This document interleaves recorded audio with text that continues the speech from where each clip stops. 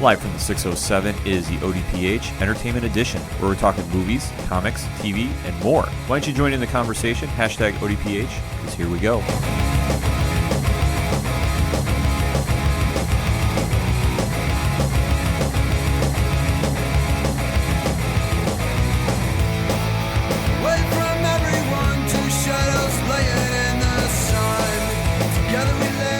And welcome to another edition of the ODPH Entertainment Edition. I am your host, Ken M. Sitting across from you this week is the intern himself, Padawan J. Hello, hello, hello. Joining us on the panel, as always, is the comics blog head writer himself, the Bra Guy Signal. How's it going, guys?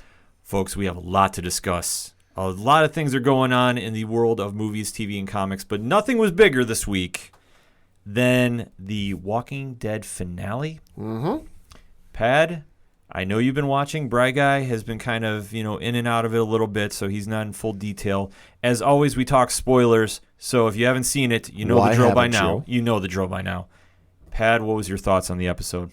It wasn't the greatest season finale for me, and it was by no means the greatest episode of all time, but it also, for me, wasn't the worst of all time. I'll get into it later, my thoughts about it, but basically, for me, it was kind of middle of the road. I will say this, and to recap if you haven't been watching the season, this was all-out war. This was the long, plotted-out story of Rick and his group in Alexandria meets Negan, the destroyer of worlds, if you will, the end-all, be-all force that is just dominating that section of the country in the Walking Dead universe. He took out Glenn in the most graphic way known to man that we have seen thus far. And thus we had divided alliances, a lot of double crosses here and there. This was supposed to be the end-all, drag-out, definitive end to that saga. And I felt disappointed. Okay. I was not happy with the ending, and I will break down why. I know in the comics, Rick defeats Negan. Well, quote-unquote, defeats. Yeah, defeats him at that juncture. And how he defeats him, I mean, he does the fake cutting of his throat and basically forces the Saviors to surrender at that moment. Not what happened in the show. Because the show was building up for the hype. You see a lot of moving and shaking from all the parties involved. They finally decide to end all be all. We finally have our standoff. Eugene shows his true colors, siding with Team Rick. I didn't see that coming. I didn't see that coming. I thought that was actually well played because... And I know I said to you at one point, I think it was a couple weeks ago, when they tried capturing him and he escaped back. I'm like, I thought maybe this dude was playing him. He's playing the long game. But I thought he'd turned full traitor on him. I did too. And I mean, it differs from the books, obviously, because Carl is now gone. There are certain characters that should have been long gone that are still hanging on. Yeah. I mean, this really differs from the books. Now, Bri, I know that you're an avid comic reader, as you do write the comics blog. How important is it to follow the source material on a storyline like this? I would say it's only important as long as you get the story across. Like, it's okay to differ a little bit from the source material, because as we've said before, an adaptation isn't always 100% the same. But the point is you have to tell the same story, and in my opinion, you should also be able to do it in the same pacing. Yeah, and the one issue I had this season with Walking Dead is I thought they drug it out too far. I'll agree with you there. They just had so many different elements going on, whether it was the oceanfront people, that group, that we didn't really... Honestly, I forgot about them. Yeah, no, I did too. To me, that feels like a group you would introduce in the latter half of the second half of the season for maybe if they show up next season, that's kind of your, not main threat, but your side threat. That's something that, hey, you just tease them and introduce them now, but we're going to bring them back later. Yeah, so you have that group. Then you have the junk people. I don't know what you want to call that. Janice's group. Yeah. Who we find out her real name is Anne. The Jawas? Yeah. Sure. I mean, however you want to break it down. Oh, Dee. Yep. Well played. Which I just didn't understand. Okay, why are they in there? Because are they supposed to be the Whisperers? Which that would have made some sense. I think that, to me, I thought that was what they were kind of slowly building to. Yeah, because that would have made perfect sense. Because, I mean, there was just so many other groups that, I mean, me personally, I didn't remember that much in All Out War. I mean, I knew that the Kingdom was involved. I know the Hilltop was involved. And I know that Rick's group and the Saviors were pretty much the main four, if you want to break it down into Game of Thrones style, the different houses involved for who takes the kingdom. That being said, I thought how they did the final battle, the Eugene making the bullets explode in the guns, I thought was well played. My jaw dropped on that. I did not see that coming at all. Because he was playing it, and kudos to the actor, he was selling that 100%. Oh, yeah, he did a phenomenal job. Like, he gets in, like the episode prior where they say, hey, Negan's back. He's going to attack Rick's group tomorrow, and you need to fill this absurdly large bullet order by tomorrow. And he just looks at the woman, stone-faced, deadpan, and just goes, the order will be filled in full, and you can give Negan my congratulations on his return. And it's like, oh, this guy means business. Yeah. And he shows up, and and Rick's group is vastly outnumbered. You don't have to be a military expert to realize this. They're outnumbered, God knows what to one. Yeah. And they just point the guns at him, and whoops. Yeah, and then once that happens, obviously the tide turns, and Rick's group starts coming back.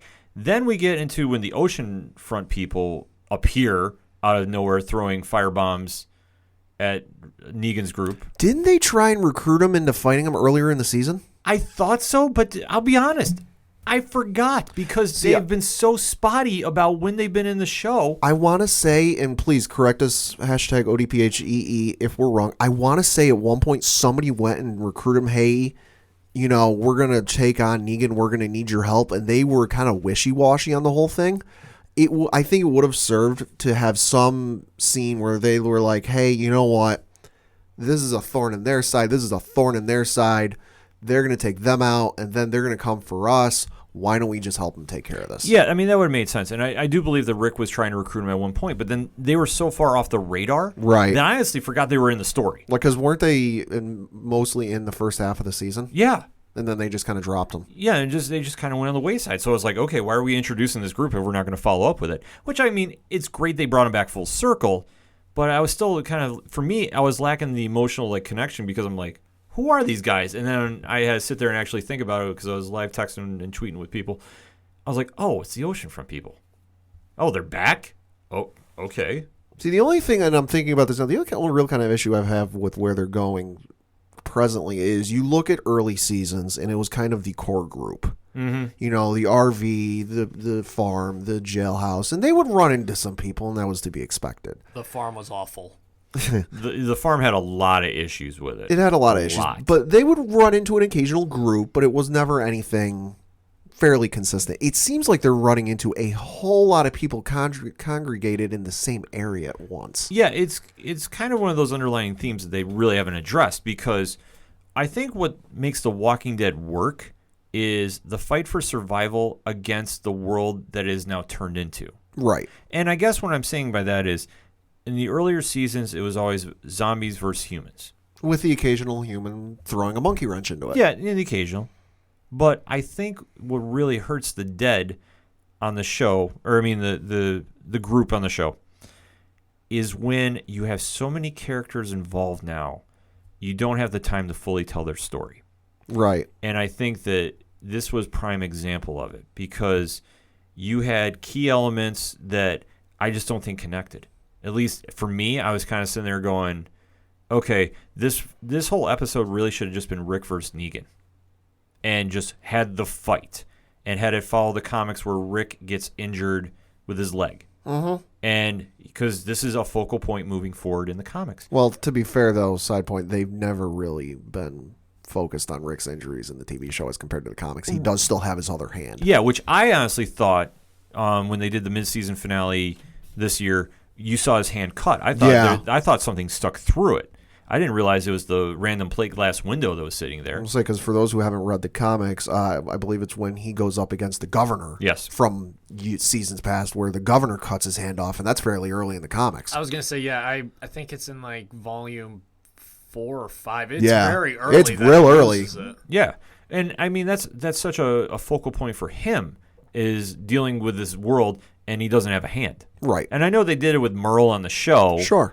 But they gave him a sword on the other hand eventually. Yeah, I mean, they kind of tweaked it around for the show, which, I mean, it worked for Merle. And if you're going to have Rick have both hands, hey, I can deal with that. Right. But what I can't deal with is basically how just quickly everything just tied up in that episode. And just, okay, he took out Negan and then gave the speech that, honestly, it reminded me of Rocky IV. See, I don't think it's all tied up. I think it appears that way, but I think, and you see this if you remember going forward in the comics, that not everyone's okay with Negan being jailed up. And we will explain that in just a second, because I've been waiting to talk about this in my theory about the new antagonist for next season. Okay. But when they sum up, Rick has now united everybody, or he's now taken control. He's won the war. Negan is recovering from his injuries in their fight. It appears that Tara and company are heading to the sanctuary to kind of oversee that area. Rebuild it. We don't really see too much what happens with the kingdom moving forward. They do tie up the Dwight saga because obviously Dwight is still in the books. Right. But obviously with Daryl on the show, there's only one guy walking around with a crossbow. This is true. And it's going to be Daryl Dixon every day. There's no question about it. So Yeah. Dwight is gone. Maybe he appears on Fear. That's my guess.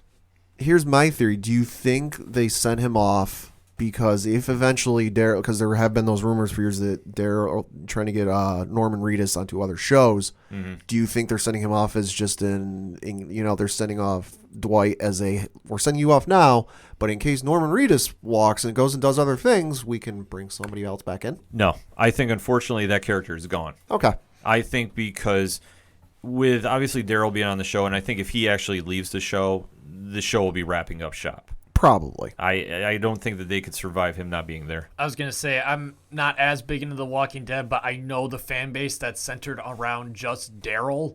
So if he goes, it's like they're going to lose a large portion of their viewers. So you can look at a lot It's kind of like everyone who says if Tyrion Lannister dies on Game of Thrones, they're done with the show, which I could believe that. Tyrion's amazing. I believe the people who say that about Daryl more than I do any other character on any other TV show out today. Yeah, I fully believe that. Because people are nuts for not only the character, but Norman Reedus. Take this into perspective, because I know all three of us were at New York Comic Con last year.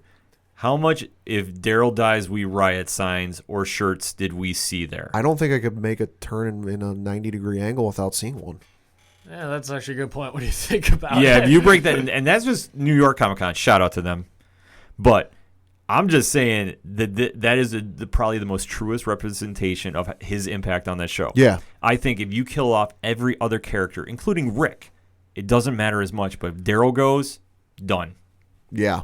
I think it's a wrap. I mean, that was what makes me a little worried for next season. And now I'm going to get to my point, because obviously Rick gives his Rocky IV speech. Everybody's united under the new nation of Alexandria, I guess. I don't know. For now. Whatever you want to define it as. Which, what he means by the Rocky speech, if you haven't seen Rocky IV, you should watch it and see how Rocky is the one who ended the Cold War. Yeah. You need to see it, and then you'll fully understand, because when Rick is talking, it just appears that, he just ends everything at once. Because now, with Carl's death, and Carl wanted peace, he's now changed his ways. Instead of killing Negan, he's going to let him live and watch how they prosper without him in it. This now ties into the new antagonist cabal, I guess, if you want to call it that. To me, this is very interesting, and I'm very intrigued by this. But this is what I'm thinking as well, because obviously you see at this point, they now go back to the comics where Maggie is irate at Rick. And understandably so. Yeah, at this point, because Negan kills Glenn, there is no repercussions other than he gets to live. And Maggie has now completely gone against Rick. To be fair, though, I don't think there's any repercussions that they could think of on the planet that would soothe Maggie's anger at Negan. And to be fair, anything that didn't involve her taking a baseball bat to Negan's head like he did Glenn's, Maggie's going to disagree with it. But if you I think she'd take anything Wheeler, to be honest. But if you look at how they were so gung-ho about getting Rick or getting Negan, and of course everything Rick was saying, I'll get the chance, I'll kill you. Throughout the season. That was, and just for him to flip the switch, obviously Maggie's not handling the news well. In the comics, Maggie blames Rick initially for Glenn's death. So there has been an underlying tension between that group. Sure.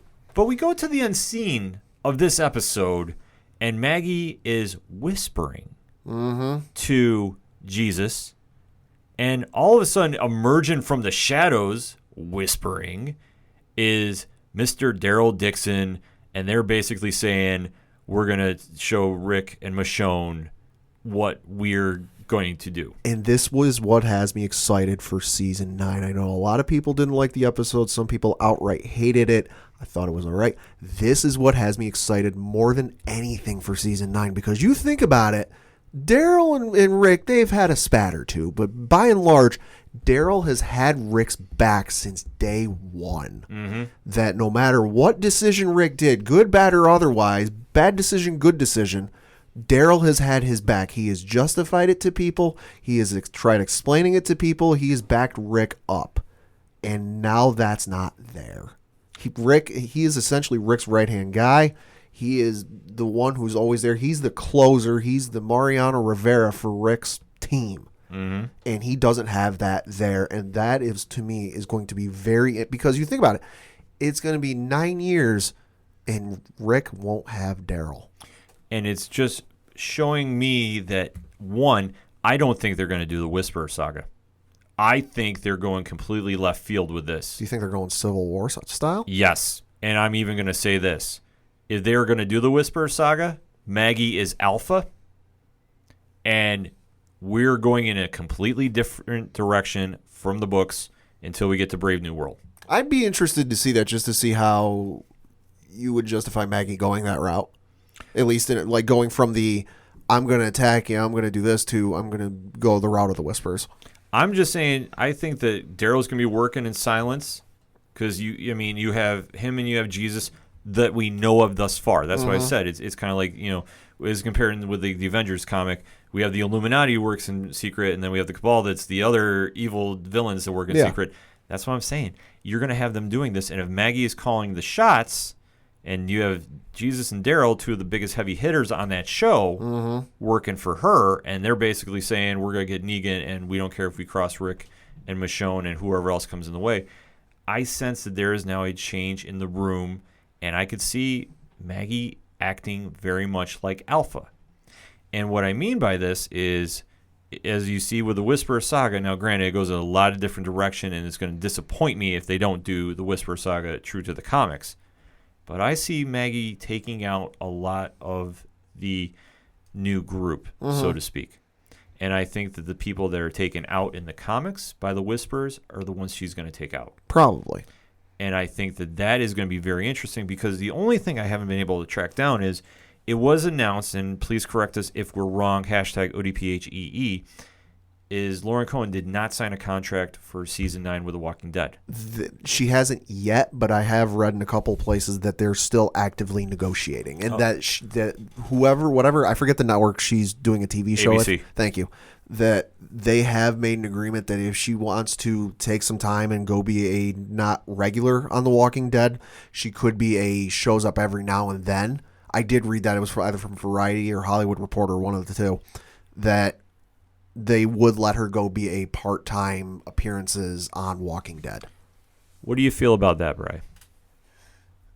It would depend on how she's going to be a part-time appearance person. Like, if you're saying if she's supposed to be the ring leader, that could be bad if she's not there every episode. Like, if she only shows up for a few scenes, like, sporadically, it's like that could just really hinder the story. Like, okay, how are we not supposed to take you seriously? It's like you're barely here. Here's the thing I don't understand, though, and Ken, please correct me if I'm wrong. Walking Dead primarily shoots in summer. Yes. Because walkers, for those who haven't read the comics, walkers typically move slower in winter, so thereby not much is shown in winter. It's typically height of summer into the start of fall is how the season usually plays out. Give, take, yeah. Give, take.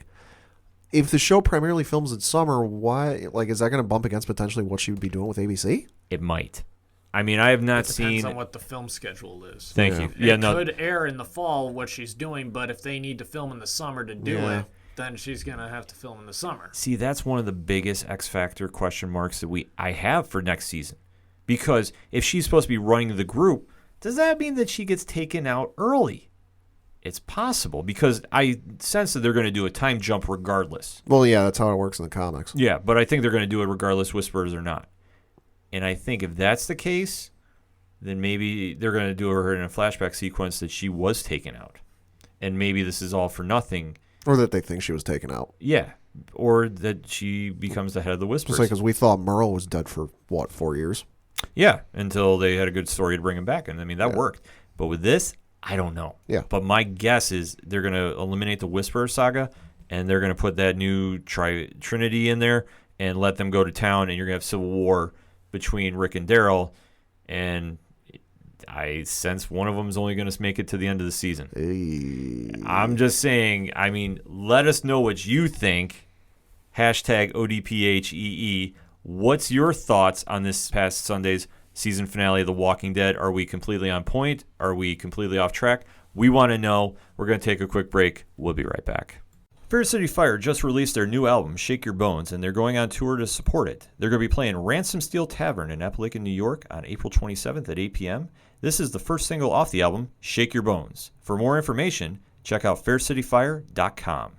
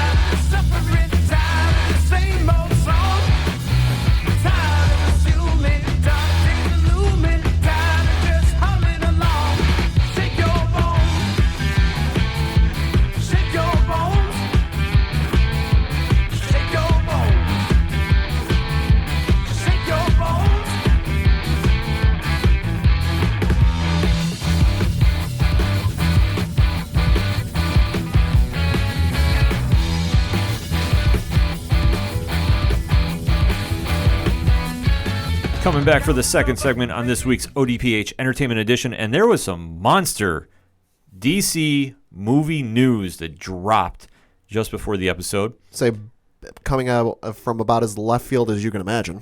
Definitely left field, but I'm super excited about this project. Mm-hmm. Steven Spielberg has now been attached to a DC comic film adaptation. Yes, that Steven Spielberg. Yes, the legendary Steven Spielberg. Bragai, can you give us a quick rundown of his films? Well, there's always the classic Jurassic Park that everybody loves, and except for someone who's sitting right across from me, who we will not name names, as Ken M. He also has directed the iconic Indiana Jones series, which is always a classic. And then he's also done really moving films such as Schindler's List and Saving Private Ryan. He is really talented in what he can do because obviously you can't compare Saving Private Ryan and Indiana Jones. One's meant to be a fun action movie, and then the other one's meant to show the horrors of war and touch you and move you. It is just shows you what kind of caliber Steven Spielberg does with his film projects. I mean, the man's a legend. Iconic, however you want to describe it. I mean, he's one of the best directors of all time. Without a doubt. Yeah, this is a no-brainer. So the fact that he's actually taken a stab at doing a comic book adaptation movie, sold. Sure. And let alone what he is doing. Now, it is Black Hawk, which you're probably going, who? Glad you asked. See, Black Hawk is the story of a World War II fighter unit that was fighting all types of bad guys during the World War II period that has kind of gone very all over the place in their time of being a comic. They started in World War II, then they were kind of integrated into the DCU, and depending on what your take of that is, I don't think that he's going to go anywhere past the World War II adaptation of the team. I am super excited to see this. This, to me, makes all sorts of sense for being a comic book movie Steven Spielberg would do. I mean, because you look at something like Saving Private Ryan, war movie. What does Black Hawk take place in? A war. And then you also look at he helped produce The Pacific, and he helped Right. produce Band of Brothers. Right. Again, World War II miniseries, which Right. were very popular. So he's done some research and some looking into World War II, so he knows his stuff. Yeah, and I think that this fits him perfectly. And if he's gonna jump in, why not? I mean, Black Hawk is pretty much an open slate to current comic book fans. Not too many know about him. I think, Braga, you were mentioning off air, the closest adaptation we've had is in Metal. Yeah, they only really mention him a little bit. There's just one character who shows up, and even then, there's not like the Black Hawk Squadron or anything. It's just like one person, really. Yeah, and I think that when you have a character or team that is, obscure in, I guess, today's mainstream, you kind of have an open slate to go in whatever direction you want to. It makes sense because there's no preconceived notions or thoughts of, I really want to see this, I really want to see that. It's, like you said, wide open. Yeah, and it's wide open, and especially if it fits right to one of his favorite genres of doing the World War II era. I mean, you can, like we've already talked about, his track record of doing films in that time period, incredible. I mean, I can't even go stress it enough. So the fact that he wants to go do a superhero movie, if you can even call it a superhero movie, I think you just can refer to it as a comic adaptation. I think this is and this is just me guessing. This is probably going to be more of a war movie with a superhero in it than it will be a superhero movie. I was gonna say, I feel like he would obviously put it in the World War II time frame, and if you want to put it in the DC extended universe, I feel like it's gonna be like its own thing. Like you can pretty much watch this movie without seeing like any other DC cinematic universe movie, and you could be fine with it. Yeah, because I don't think you're definitely not going to see Batman in this. No, you're not going to see Superman. Maybe an Easter egg or something for Wonder Woman. Yeah, I could see her referenced or even hinted at, like, I wonder where however they word it, wherever the hero from World War I is. Yeah, and I think that you can have little Easter eggs get planted in there. I would personally love to see a Justice Society mention in there. I could see them getting name referenced. I would love to see that. Will it happen? Probably not. But either way, to say how important this is to the comic film genre, I mean, it's huge. Oh, it's massive. And if there's one thing with Steven Spielberg and World War II movies, this is going to be real gritty. Yeah, this is not going to be a happy-go-lucky film. This might be R, in all honesty. Maybe. Depending on how he goes with the story and whatnot, this could be R. I mean, there's so many different potentials they can go with this. So the fact, that he's actually interested in doing this, I mean, I know he's been rumored to have been interested in doing this in the 80s, and just it hasn't happened. And so now, I mean, obviously, this is a passion project for him. I mean, if he's been waiting, 30 years to do this? Right. Give, take? And he's done that before. Schindler's List was another one of his passion projects. He wanted to do that movie, and that's what and it was a great movie. Yeah, it's a great movie, and like we say, this is just something that with him touching this, I mean, I can't see it being anything but gold. I really can't see this bombing in any way possible. No, I mean, I can't either. It's just, for me, the only question is, when is this going to come? Because for those who don't know Steven Spielberg, he does not sit around and take offers as they come to him. This is a man who likes to plan out his schedule. He has his next several projects lined up, even though we may not know what they are. I mean, I'm looking at his IMDb page. He's got Untitled Indiana Jones project listed for 2020, which it is confirmed he is directing the next Indiana Jones movie. It's got listed in development Untitled George Gershwin project. It's What I Do, the aforementioned Black Hawk, and then in production is listed as West Side Story and the Kidnapping of Edgardo Mortara. So this is a guy, he's got a full plate, he's got a busy plate, and he's very detailed on how he does it. So that's my only question is, when is this going to come? You know what? Honestly, I think if you're DC and Warner Brothers, whenever you're ready to give it to us. I was like, it is a director of Spielberg's caliber. You're not exactly going to tell him to get it done by a certain point. You're like, hey, whenever you get to it. Yeah, Spielberg is one of those. He's got such a massive reputation that at this point, I'm pretty sure he can just pick and choose his projects what he wants to do. Oh yeah, it's like I don't think they're like, oh hey, let's try to offer Spielberg a job, and he's like, all right, yeah, I'll take it. He's like, I want to do this job. Okay, you got it. Yeah, I think that's the only way to make sense with that, because with him, and especially they're not really featured in a book right now. Mm-hmm. So DC, if they wanted to, could really start amping them up and getting them back introduced in some way or fashion in the DCU. Sure. Or even if they just wanted to do a time period piece of a comic run with them. I'm sure there's writers and artists that would love to jump on this right now and set the groundwork. Because I think the last reference we've really seen prior to DC Metal with them was a little like Easter egg on Arrow, right, being a security force, but it doesn't even touch upon what the group is. Right, it was just a name. Yeah, it's just a name. But I think now, especially if DC really wants to get behind this, which, I mean, if I'm them, I'm saying, okay, let's get some top-notch talent on this and see where we can run with it. Because when this movie comes out, it's sure to gain notoriety. This is going to have a different appeal to a mainstream audience than our normal comic book movies that we've seen. If you were going to put a writer on it, I would go with Tom King. I'd love to see Tom King on this. If you ever read his Sheriff of Babylon, he knows how to write a war comic. He can do it. Yeah, I think Tom would be great to do it. He also, in my opinion, has written the best Batman run ever. It is debatable. Brad Guy and I have very long debates about this because, I'm Team Snyder, he's Team King. Either way, it's apples and oranges. It's all produce, and it's all good. We could fill a whole show on it, but for your sake, we won't. No. But, Pat, closing out this segment, what do you really want to see out of this, and what do you think the impact is going to be? If it is set in World War II, don't pull any punches. Like, he can make a difference. He can make a stand. Don't pull any punches. I want to see some grit. I want to see some struggles and some real, but not your typical comic book hero struggles. Brad Guy, same question. I would like them to show the World War II grit, but also show the one thing that a lot of people like about World War II era pieces, mostly the one, my favorites are the ones done by Spielberg, is you show the hope at the end of it. No matter what everybody went through, and World War II movies, if you look at Saving Private Ryan, it has a sad ending with, spoilers, Tom Hanks dying, but it shows everybody and what they overcame and what they did to stand by one another to get their job done.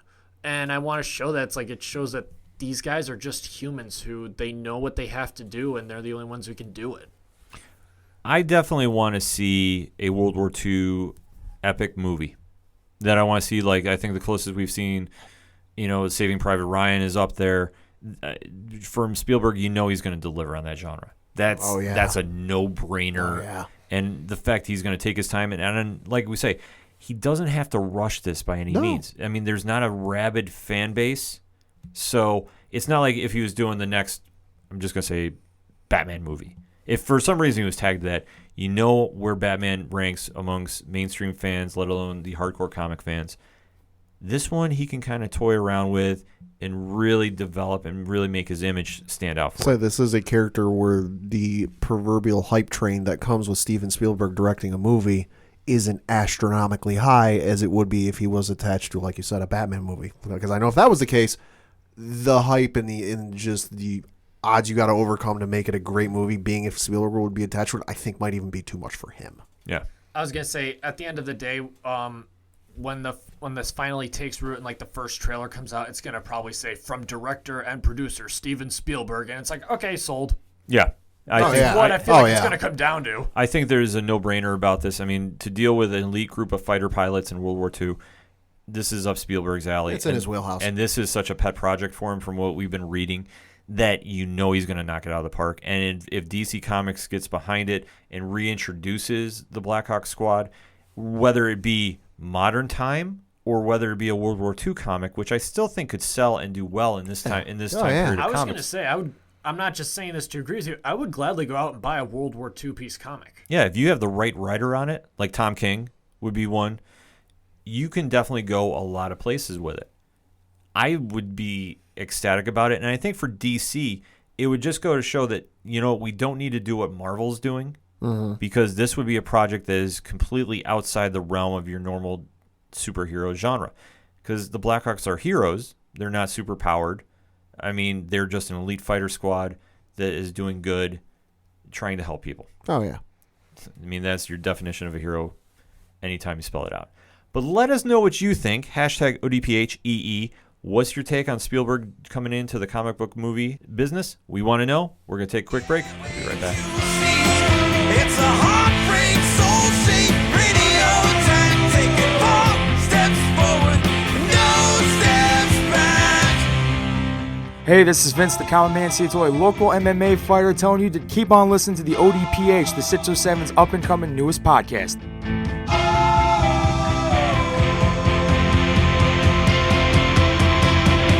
We knew right where we'd be, floating on the airwaves you see. It's a heartbreak, soul-shaped radio attack. Taking 4 steps forward and no steps back. We knew right where we'd be. Coming in for the third segment on this week's ODPH Entertainment Edition. And Brad Guy Signal, you got something in your hands? That was in my hands. Now it's on the table. That is Action Comics 1000. And I'm just looking at it here. That is slightly larger than your average monthly comic. 80 pages? Oh, boy. Yes, indeed. to just let this sink in for a second, as we're going to talk a little about the impact this is. Superman's 80th anniversary is this year. Uh-huh. We now are in the time frame that there is 1,000 issues of a comic series. Which is insane. How crazy is this? It's crazy, but it's also not, because you look at Superman the character. Take out your own personal, who you like for superheroes and whatnot, just Superman the character. He has transcended comics, because I guarantee you can walk around town for a day and you will see at least one person wearing a Superman t-shirt in some form or design. Oh, no, Superman is arguably the greatest superhero of all time. I mean, if you're going to do your Mount Rushmore of them, Superman's up there, Batman, Spider-Man, Wonder Woman, Trinity goes on. Yeah. I mean, you can keep going. I know Marvel has more. I know we go heavy with DC, but DC has been crushing it with their comic stuff lately. Oh, yeah. And let alone, we're now at issue 1,000 of the hero that symbolizes hope more than anybody. Truth, justice, and the American way. He is the icon that is Superman. I mean, kids run around with capes on, red shirts tied around their necks. Guilty. He has just had that impact. If you want to set the golden Boy Scout, I guess, of the all, good person, Superman is it. Yeah. And I mean, it's just just comes down to, I'm looking at the cover of the comic. It literally just says 80 years with Superman on there. It's like 80 years of comics. That's insane. Yeah, it's crazy to witness and just to think of just how simple the character was. I mean, obviously an alien coming from a destroyed planet comes to Earth and just grows up just becoming the ambassador of everything that is good with his new planet. Well, and how hokey he was for a little while. Oh, yeah. Because let's not be real. He is one of the greatest, if not the greatest superhero of all time. But there was a point in time in his comics run where they would literally make up superpowers on the weekly. Yeah. Like if he ran into some guy that was like, I'll just make up something up, Tornado Man, where he would, he'd attack you with tornadoes. All of a sudden, Superman had developed his power that would be able to counteract tornadoes. Like, that happened on the regular, but to withstand everything, in the world and comics and everything, that he's still here, it's a testament. And one of the things also that I feel like has changed with him over the years is there are people who don't like Superman because of all the stuff you said. He can do everything. And one of the things I like about a good Superman comic is when they show the humanity of him. Like, he has compassion and he has feelings. Like, if people come after him, it's like the people he cares about, he can almost lose it. That's what the whole Injustice game is about, is when they showed that Superman lost the woman he loved and he lost it. And that's like what makes him a good character, is he does have that humanity that everyone has. I would argue the whole Injustice storyline is the scariest what if in entertainment history. That's definitely the scariest one. Like, that is Batman's worst nightmare. That is why he has kryptonite ready to stop Superman. And I think it just shows of how the evolution of Superman is, because he did start off very hokey, and I believe in the early 80s, John Byrne took over the series and just really kind of took it back down to basics, got rid of a lot of the hokier powers that he had, and just really got back to the core essence of who Superman should be. Right. The representation of hope, truth, justice, and the American way, the whole Boy Scout in a nutshell. And obviously, as he's progressed on, sometimes the stories, you have to have a villain or an antagonist that matches him. Yeah. Superman has not had the greatest rogues gallery because I think it's very tough to write for him. Right. When you have a guy who can do virtually anything, lift God knows how much more than his weight, and can fly at absurd speeds and can run almost as fast as the Flash, although it depends on who you ask with that question.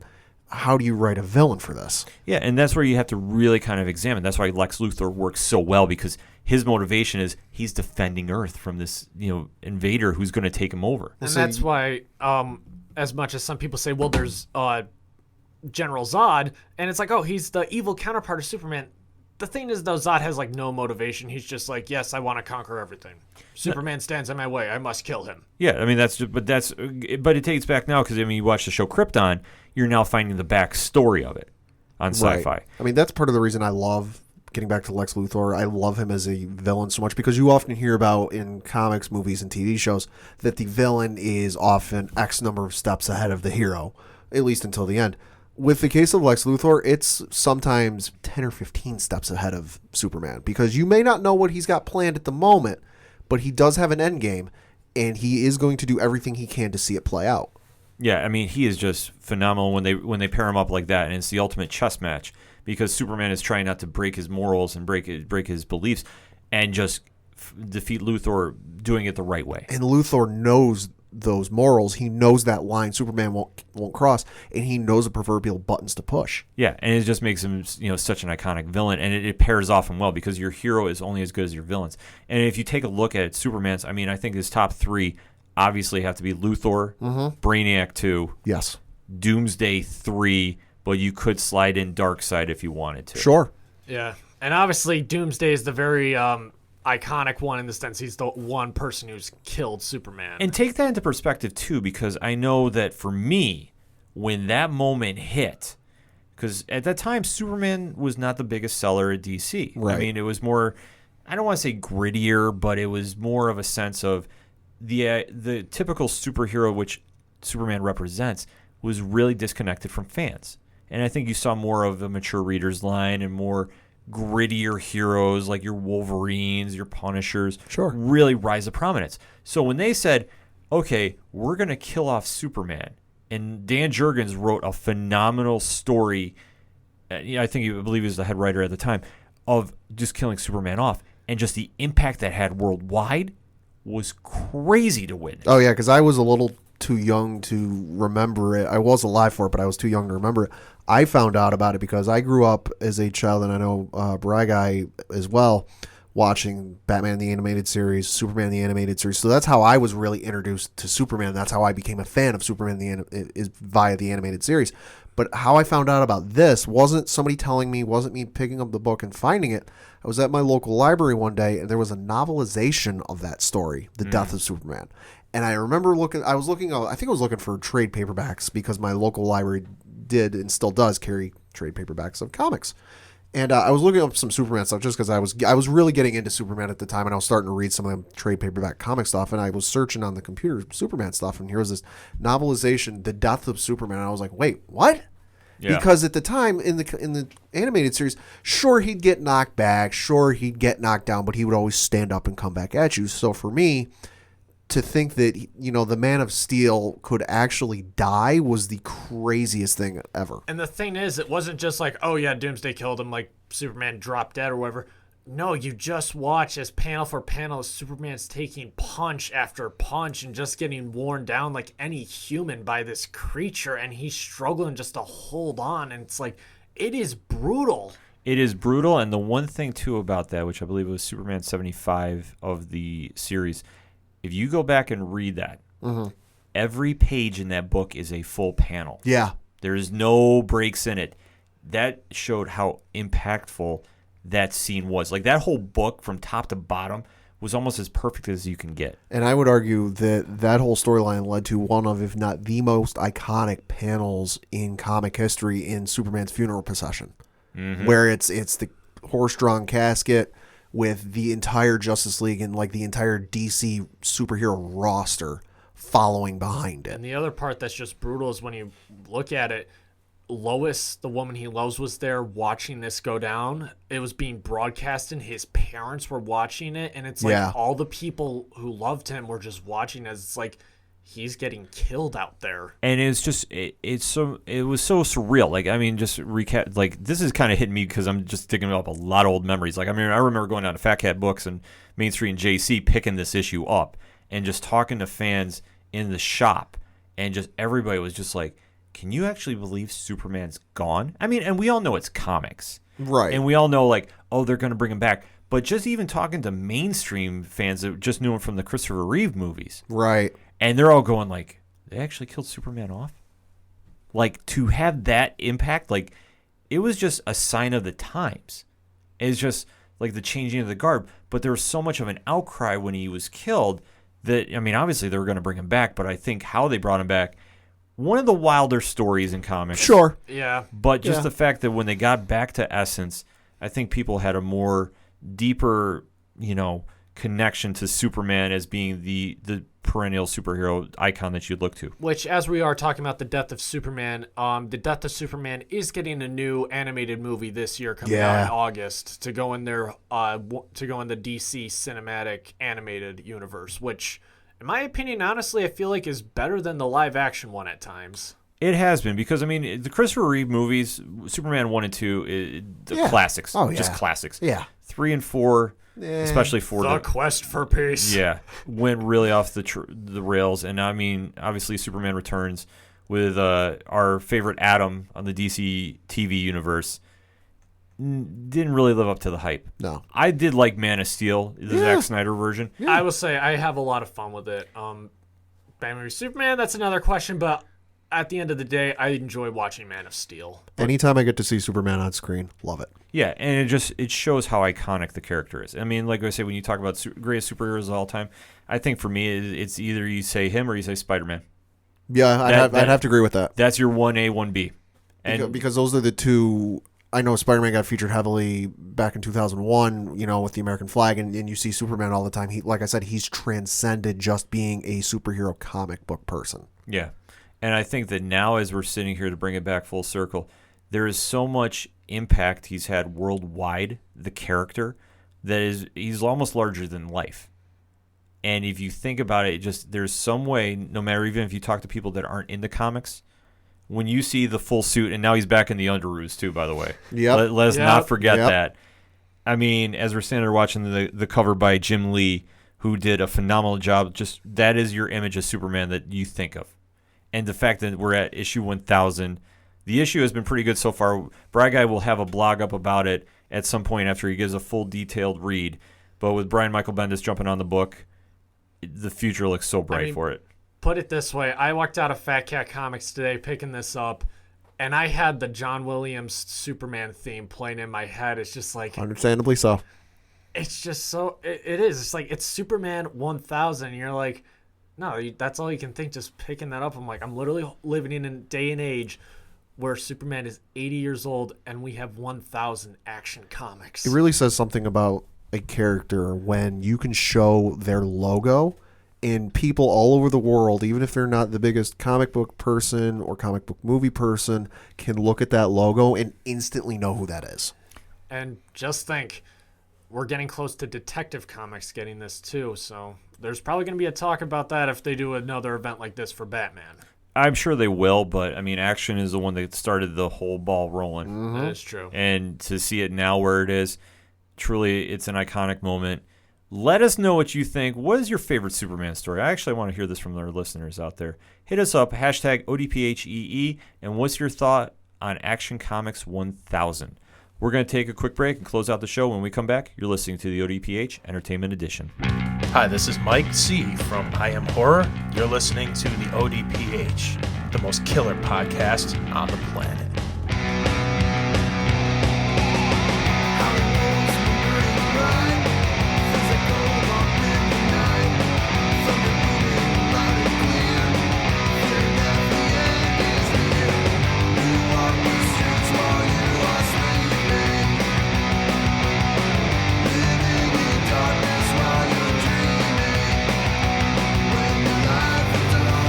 Coming back to close out this week's edition of the ODPH Entertainment Edition with our one-shots. Pad, why don't you start us off? Well, little movie is opening next week. Might have heard of it. Avengers Infinity War. Yes. We're going to have a big show next week devoted to it. Yep. Projected numbers are out for how it's going to do opening weekend. Any guesses? $1. Bold statement. And 50 cents. Bold statement. All right, let's see. I'm going to say $500 million. Okay. I really don't know. I just know it's going to make a crap ton of money when they say, okay, we've already pre-sold more tickets than the last 7 Marvel movies combined. Yeah. So this is according to pro.boxoffice.com, and this is as we record. They will update as necessary during the week and leading up to it. Current projections are domestic opening weekend in the neighborhood of $235 million to $255 million. Current record holder is Star Wars The Force Awakens, which opened with $247.97 million. Domestic total gross in the neighborhood of $565 million to $650 million. So I was close. Yeah. All right. Fair enough. I was technically close because I added 50 cents to it. Yeah, you added 50 to it. So, yeah, we're around the neighborhood. But you know what? It goes to show you, I mean, Marvel hate. I know, like I said, we go hype DC a lot because DC has been crushing it with the comics lately, but Marvel is still putting out quality books as well and quality movies, too. They're still they're still the kings of the box office. Oh, yeah. And like we said, next week we're going to go all into Marvel's 10-year history and Avengers Infinity War preview as well. So I don't feel bold in making this statement, but Avengers Infinity War is going to shatter every box office record known to God and man. And you know what? So far, it looks good from what we've seen in the trailer, so it should. Yeah, my understanding is that the movie is done. There are fan events around the globe being shown, but the movie is not being shown at said fan events. It's like 2 scenes that you really can't tell anything from. It's kind of without context. However, the movie has been seen in screenings on the Disney backlot to friends and family of the cast and crew, but the odds of anything getting out from those people is slim to none. I'm sure there's got to be a waiver signed. And lawsuit, like if you dare even leak anything. Yeah. Yeah, you're dead. To say the least. Mm-hmm. Brian, guy, what you got? Well, I guess if we're going on Marvel, I guess it doesn't come out for a while, but Marvel is going to be relaunching their comics here pretty soon. So that's true. I would say probably if you're going to pick up one comic of their new relaunch, I would go with Black Panther #1. It's going to deal with basically a multiverse that T'Challa discovers of where Wakanda basically rules like its own portion of the universe. Ooh, interesting. Really? Yeah, it's like a cosmic Black Panther style thing. Like it seems a little out there, but I guess the current author has laid the roots for it, so now he's going to fully implement it. Oh, interesting. Marvel is starting to come back. I mean, I know they just switched up with editor-in-chief, and I think the new direction they're going in, I really like because it seems like they're going back to more creative storytelling. Yeah. More stuff that's, not so much the typical formula, but I know like with Avengers, it kind of felt like, in the books anyway, it was after Jonathan Hickman's run, it just kind of felt like they were recycling a little bit.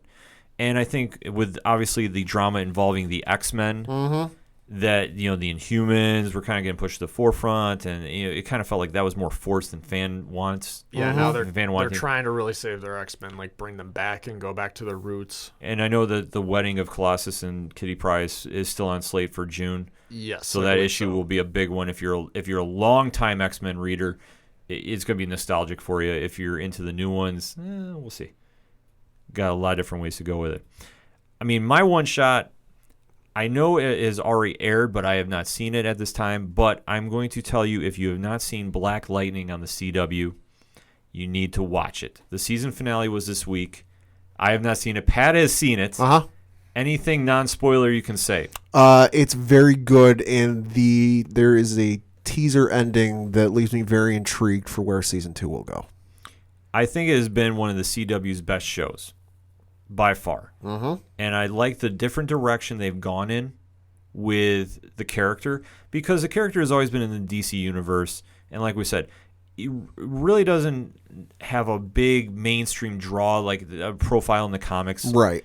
But people do know who he is. And it's a show, if you haven't seen it you catch up on it, you will quickly find out it is not afraid to pull punches. No, and it's not. And it's one of those shows that I think it's going to be coming to Netflix, if I'm not mistaken, in a couple weeks. Yeah, CW does have a deal with Netflix where after their shows are finished airing, the entire season will be up 2 weeks after the show has aired. So in 2 weeks from when this episode goes up, Black Panther should be not Black Panther, Black Lightning should be on Netflix. Yeah, and definitely binge watch it. It is worth it because it is a different take on a superhero, one that the CW hasn't done before. No. And it's one that it definitely doesn't seem like the Arrow universe or Flash. It stands on its own. Yeah. And just it's got a different element. It's more family driven. Oh, without a doubt. The dynamic is what draws it. Because if memory serves, the previews leading into this episode for the finale this week were family was in, the words and titles they put in beat the Stingers. Yeah, and I'm telling you, I give it my highest recommendation thus far.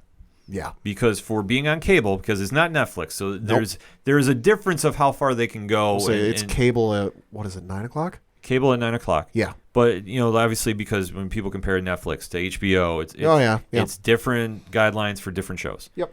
But for CW, Black Lightning knocks it out of the park. Without a doubt. And I can't recommend it enough. And I definitely want to hear what you guys think about the show.